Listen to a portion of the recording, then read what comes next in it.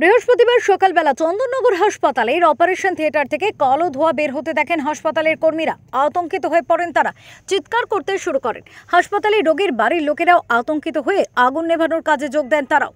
প্রাথমিকভাবে হাসপাতালের অগ্নি নির্বাপক ব্যবস্থা ব্যবহার করে আগুন নিয়ন্ত্রণে আনার চেষ্টা চালানো হয়। কিছুক্ষণের মধ্যেই দমকলের একটি ইঞ্জিন ঘটনাস্থলে এসে পৌঁছয় এবং তাদের প্রচেষ্টায় আগুন সম্পূর্ণভাবে নিয়ন্ত্রণে আসে। কিন্তু এই ঘটনায় হাসপাতালের একতলায় অবস্থিত অপারেশন থিয়েটারটি বেশ ক্ষতিগ্রস্ত হয়েছে।